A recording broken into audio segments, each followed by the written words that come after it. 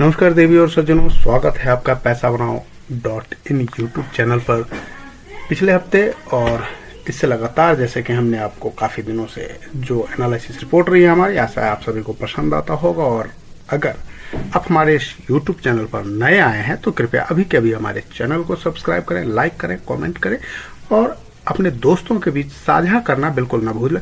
दोस्तों, मुझे ऐसा प्रतीत हो रहा है कि आने वाले सप्ताह में निफ्टी और बैंक निफ्टी साइडवेज रहने की संभावना प्रबल है और इसकी एनालिसिस हम आने वाले कुछ समय में करेंगे। 10-15 मिनटों में हम जो वीडियो बनेगा इसमें हम आपको एनालिसिस करके बताएंगे कि क्यों मुझे ऐसी संभावना दिख रही है।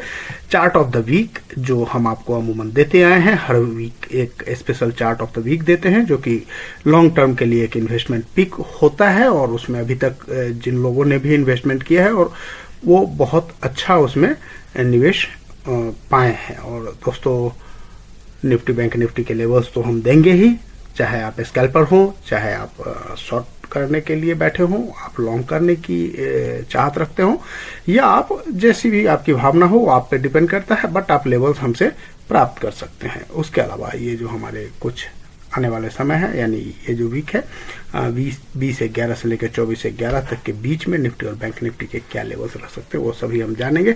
तो आइए शुरू करते हैं हम सबसे पहले नेक्स्ट वीक की तैयारी अगले हफ्ते की हम करेंगे। यहाँ पर सबसे पहले हम दोस्तों देखते हैं इस बार निफ्टी का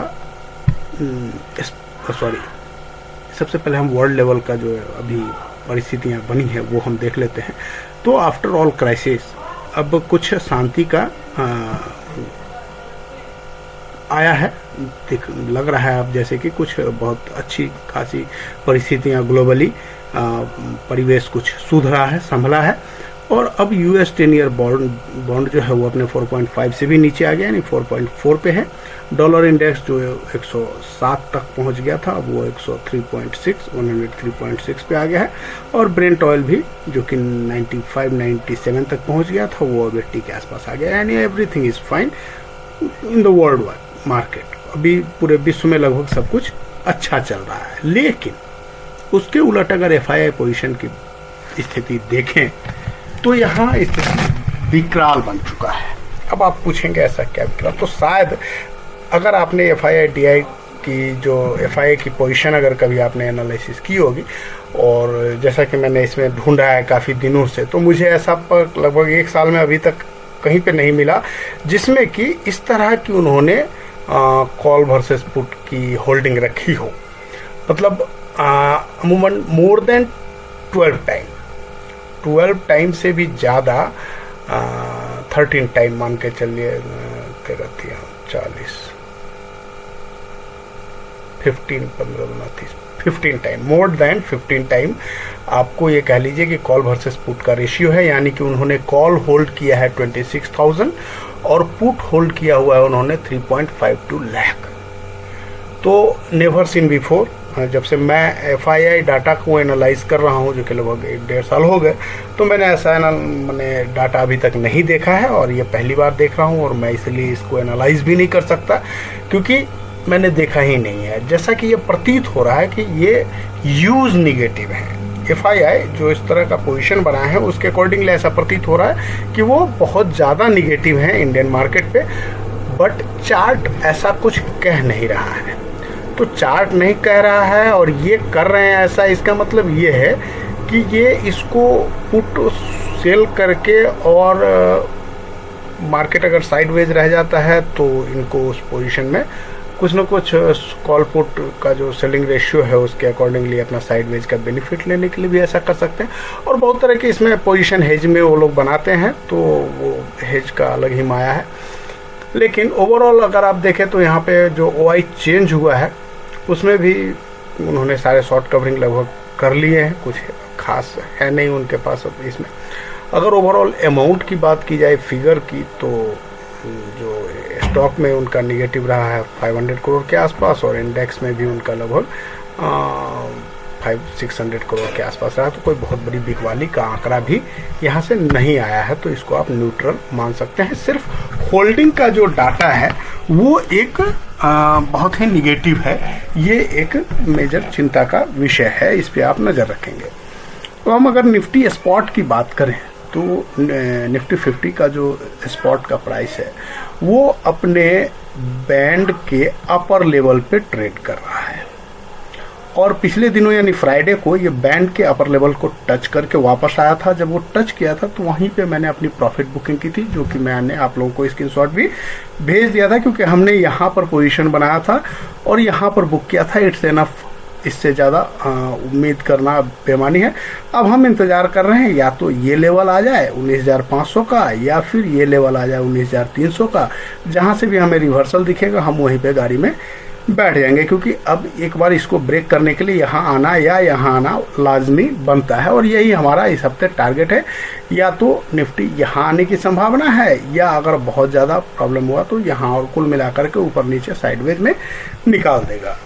तो अब हम देखते हैं निफ्टी नवंबर फ्यूचर की स्थिति।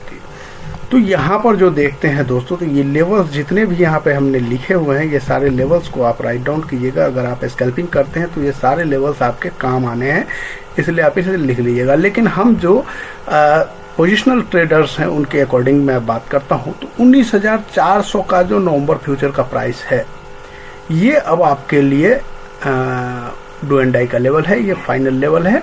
और यहाँ अगर आपको किसी भी परिस्थिति में निफ्टी आती है तो ब्लाइंड बाई जोन होगा, यहाँ से आपको एक बड़ी रैली फिर आपको रिवर्सल दिखाई देगी। तो 19,400 का लेवल की प्रतीक्षा कीजिए नवंबर फ्यूचर के अकॉर्डिंगली। वैसे स्कैल्पर या जो 1-2 दिन का ट्रेड करते हैं होल्डिंग में, उनके लिए 19,655 भी एक बहुत अच्छा पॉइंट होगा, जो कि हमारा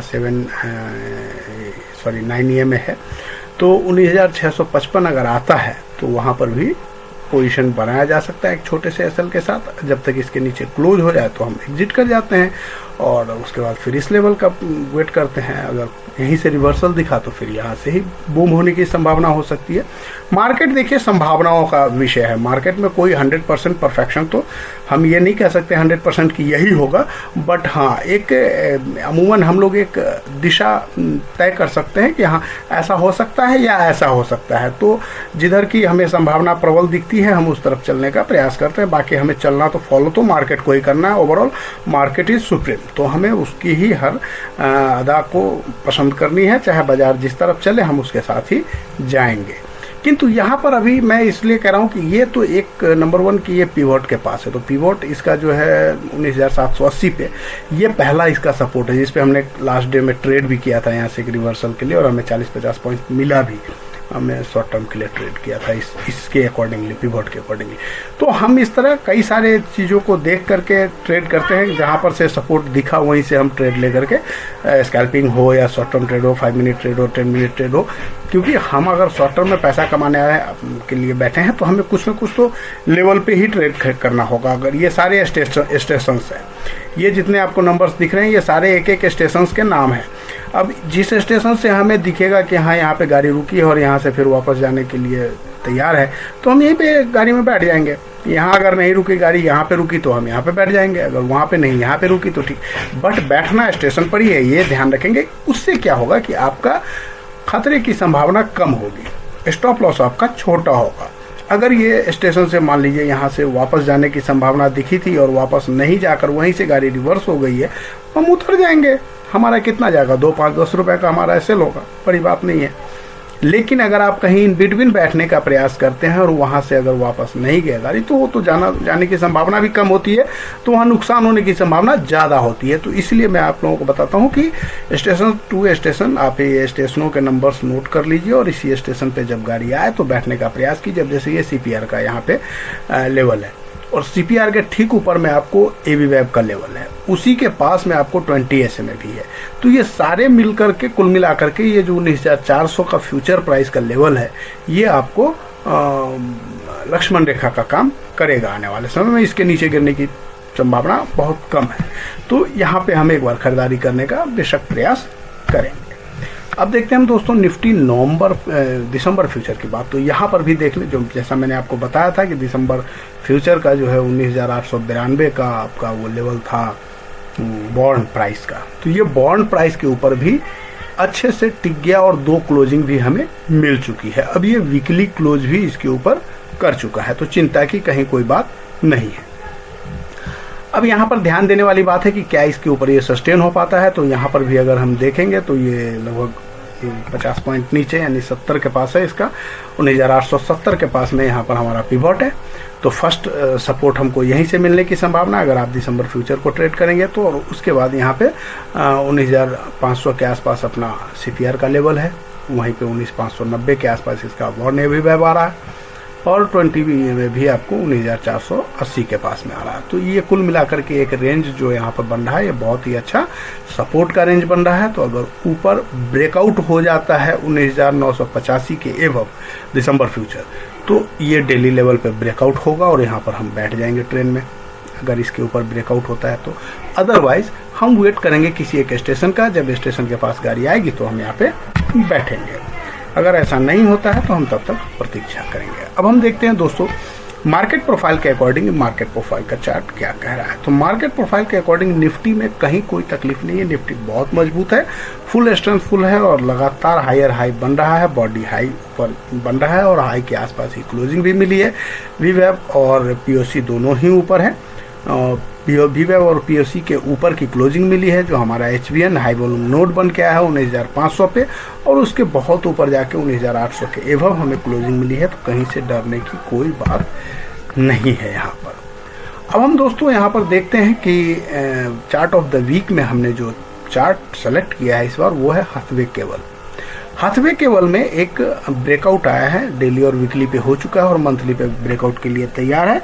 तो इस हफ्ते आशा है में ये ब्रेकआउट करके आपको निकल जाएगा। तो यहाँ पर जो हमारा पहला टारगेट अभी 19 रुपये के आसपास ट्रेड कर रहा है, यहाँ पर आप ट्रेड ले सकते हैं। जो हमारा पहला ट्रेड होगा टारगेट होगा वो 28 रुपीज़ का होगा, और जो दूसरा टारगेट होगा हमारा वो 40 रुपये के आसपास होगा। और ये 1 साल का हमारा ट्रेड होता है। जितने भी हम चार्ट ऑफ द वीक लेके आते हैं वो लगभग कोई भी शॉर्ट टर्म की इसमें आप शॉर्ट टर्म में बुक कर सकते हैं अपना प्रॉफिट, आपकी मर्जी है। लेकिन हमारा जो टारगेट होता है वो लॉन्ग टर्म के हिसाब से हम इसको सेट करते हैं, चूँकि शॉर्ट टर्म में इसमें हो सकता है कि ऊंच नीचे आपको कुछ हो जाए, लेकिन लॉन्ग टर्म में इसका टारगेट अमूमन आता है। और अभी तक हमने जितने भी दिए हैं लगभग 20 वीडियो में, सभी स्टॉक्स लगभग अच्छे हाई बना चुके हैं जितने भी थे। जैसे आप बाइक देख सकते हैं, डॉक्टर लाल पैथलैब था, ब्रिगेड इंटरप्राइजेज थे, बहुत सारे स्टॉक्स हैं ऐसे जिन्होंने अच्छा किए हैं, अच्छा रिटर्न दिए हैं हमारे इन्वेस्टर्स को। तो आशा है आप अगर इस तरह के स्टॉक्स खरीदते हैं जिनमें ब्रेकआउट हुआ है तो आपको आगे भी अच्छा रिटर्न देंगे। अब देखते हैं हम दोस्तों बैंक निफ्टी का लेवल। तो बैंक निफ्टी के लेवल्स जो आ रहे हैं यहाँ पे बहुत दुखदाई स्थिति है। स्थिति यूँ है कि ये अपने सारे लेवल्स के नीचे चल रहा है और इसमें हमें वीकनेस बहुत ज़्यादा दिख रहा है। तो वीकनेस बढ़ने की संभावना प्रबल है निफ्टी बैंक में। तो अगर यहाँ देखें तो जो हमारा एवीवेब का लेवल आ रहा था 43,692 उसके नीचे है, और 20 SMA जो इसका आ रहा है निफ्टी स्पॉट का वो आ रहा है 43,400 इसके ऊपर है।